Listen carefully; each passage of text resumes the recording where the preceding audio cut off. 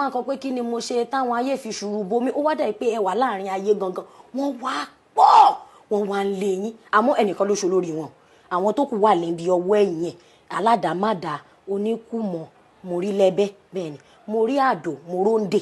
bẹ́ẹ̀ ni mo rí gbàànù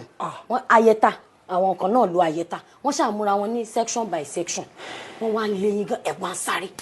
sáré àbí ìgbà tó bá yẹ pé bóyá wọ́n fún yín ní energy drink àbí ẹ̀fà nǹkan lójú oorun yẹn ni mo ṣe rí yín tẹ́ ẹ sáré àfi gbò bẹ́ẹ̀ ni ẹ sáré dáadáa àfi gbòlà exactly bí wọ́n ṣe ta yín lọ́fà ní ojú yẹn ojú kan ló bá àmọ́ méjèèjì ló parẹ́ bí mo ṣe bú sẹ́kùn ní mo kò bẹ̀rẹ̀ sí ní sọ pé bàbá àjọwọ́ òde ṣèyàn burúkú àwọn olówó lẹ́nu kan mo tún jí bí mo ṣe jí bẹ́ẹ̀ mo tún rí pé aláyẹ̀kọ́ yí padà ó kàn di ìran ni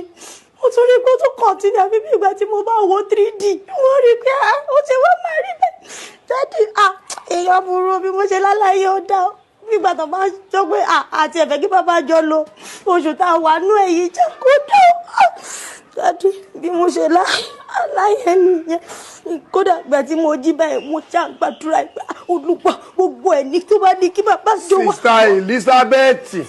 Sister Elizabeth ayé má le o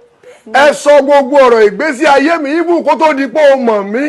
ẹ sọ di season 1 season 2 o dẹ̀ wọ́n DVD ìtọ́jú wọn fi fọ́ mi lójú méjèèjì láì ní kankan ṣe sí ṣùgbọ́n ó wá yà mí lẹ́nu pé script o tún wá tún kọ nígbà tó wo ìran yìí tán